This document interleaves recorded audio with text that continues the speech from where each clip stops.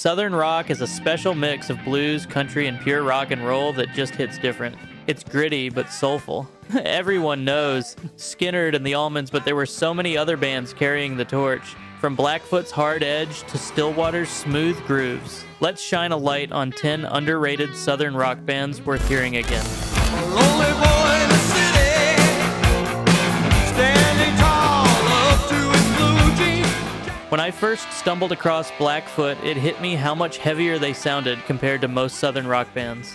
They started in Florida in the late 60s, the same home state as Lynyrd Skynyrd, but Blackfoot took the bluesy foundation of Southern rock and cranked it into hard rock territory. Ricky Medlock's voice has this raw, cutting edge, and when you put that together with songs like Train Train and Highway Song, you get performances that feel absolutely explosive.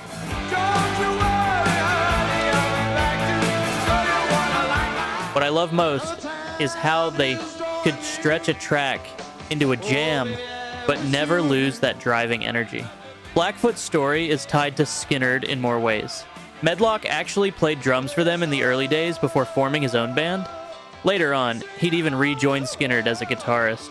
That connection makes Blackfoot feel like part of the bigger Southern rock family tree, a band that carried the torch in their own fierce and uncompromising way.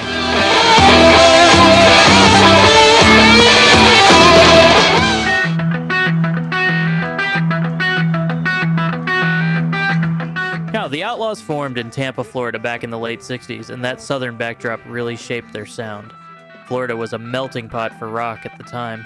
Blues, country, and even a bit of psychedelic influence. And you can hear all of that too in what they created. What set the Outlaws apart was their Florida guitar army. 3 lead guitarists weaving together harmonies that gave their music this wide open, almost cinematic feel.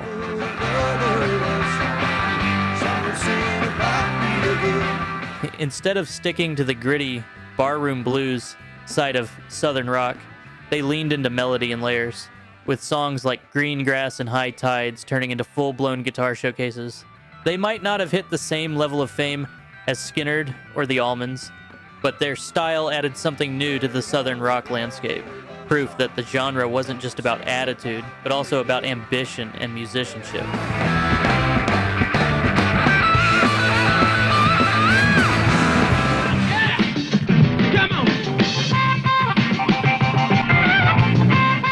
While the Outlaws showed how melodic Southern rock could be, Wet Willie brought in a completely different flavor.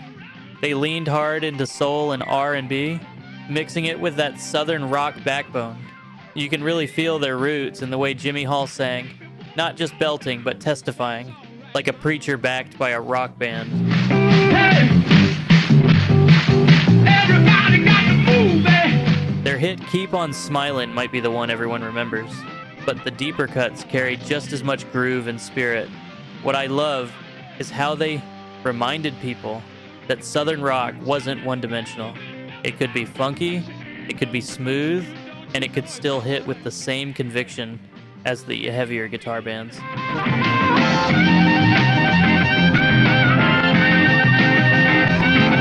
Wet Willie, formed in Mobile, Alabama in 1970, may not always get the same spotlight, but their blend of styles helped prove just how versatile Southern rock could be in the 70s.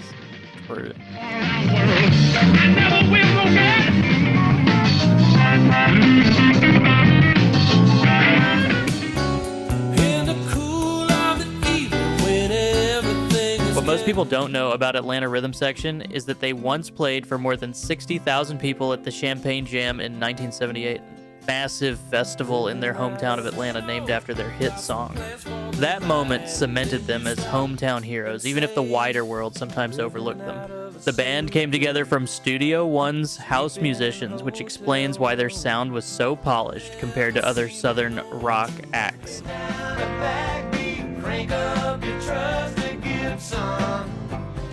Songs like So Into You and Imaginary Lover climbed the charts, showing that Southern rock could be slick and radio-friendly without losing its identity.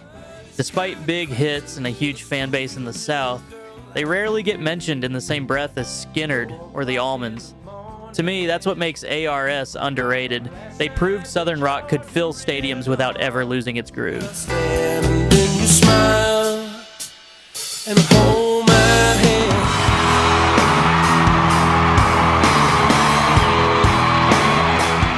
The first time I heard Stillwater's Mindbender, I was hooked. A talkbox making a guitar sound like it was singing felt like pure magic. They formed in Warner Robins, Georgia in 1973, and although they didn't have a long run of albums, they captured the heart of Southern rock with a smooth, soulful style. They weren't chasing the heavy guitar armies like some of their peers. Instead, they leaned into melody and groove, giving their music a laid-back charm.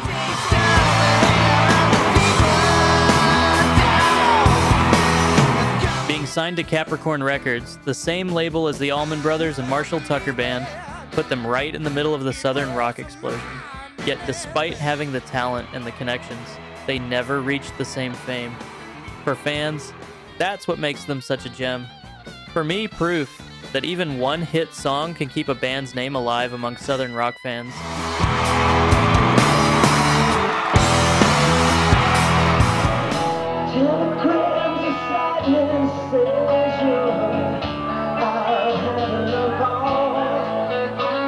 Now, the next band came out of Jacksonville, North Carolina in the late 60s, and they mixed Southern rock with a radio-ready, almost arena rock vibe that set them apart. I've always felt Nantucket deserved way more attention than they ever got.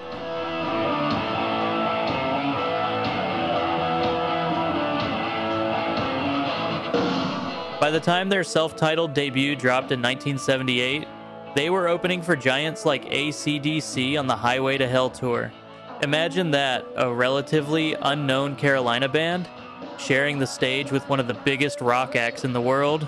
Their single, Heartbreaker, made some waves, but they never broke nationally the way they should have.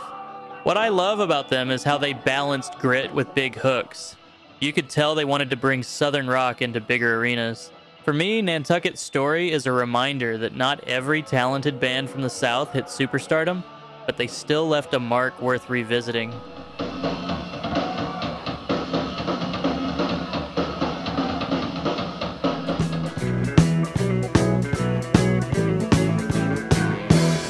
Let's move on to Grinderswitch, a band that carried the easygoing, soulful side of Southern rock like few others.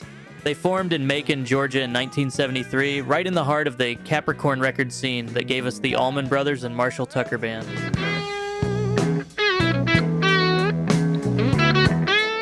In fact, they were often seen as part of that same extended family, opening shows and sharing the stage with some of the genre's heavyweights.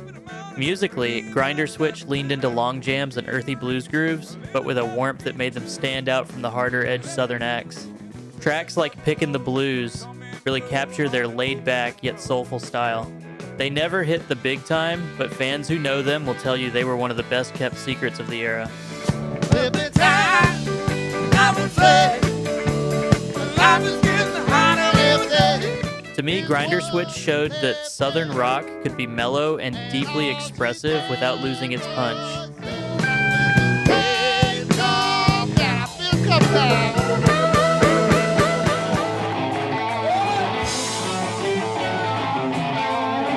When I dove into Hydra's history, I found that their song Glitter Queen was once banned from some Southern radio stations for being too risque.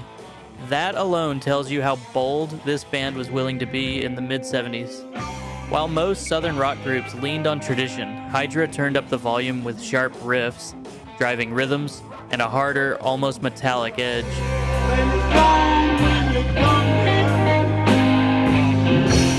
They didn't just play it safe, they pushed the boundaries of what Southern rock could sound like. Tracks like Let Me Down carried the groove, but always with that heavier punch that made them different from their peers. They might not have reached household name status, but Hydra's willingness to stir the pot and play with fire made them one of the most daring bands of their scene. For fans who like Southern rock with a bite, Hydra is a revelation.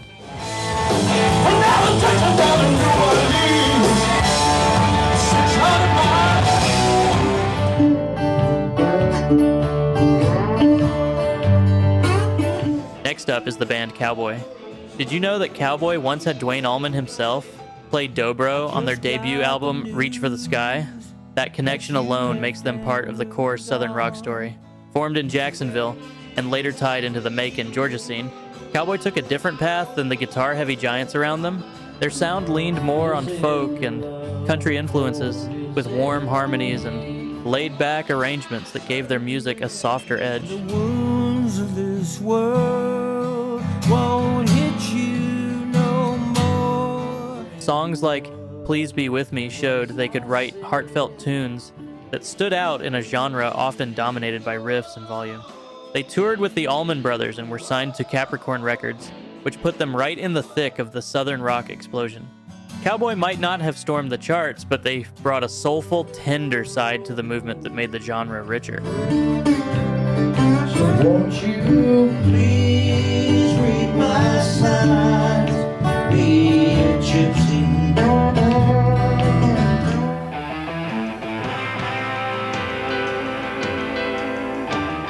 Last but not least, Point Blank. Really, this band always makes me turn the volume up a little higher. They had that unmistakable Southern groove, but with a raw, harder edge that leaned towards straight-up hard rock. Coming out of Texas in 1974, they carried the blues influence proudly. Yet, they weren't afraid to push it into heavier territory. Pay our money in on taxes. You know we're paying off all their bills. What I enjoy most is how their songs balance grit and melody. One moment they're tearing through riffs, the next, they're locking into a soulful groove.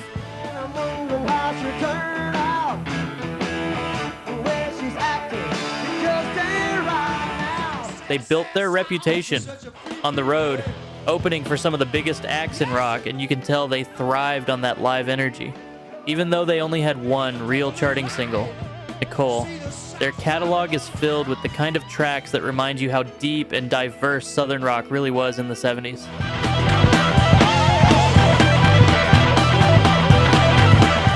This video shows you that Southern rock was so much more than the handful of giants everyone remembers. These underrated bands proved the genre had depth, variety, and endless firepower. From soulful grooves to heavy riffs, they kept the Southern spirit alive, and their music still deserves your ears.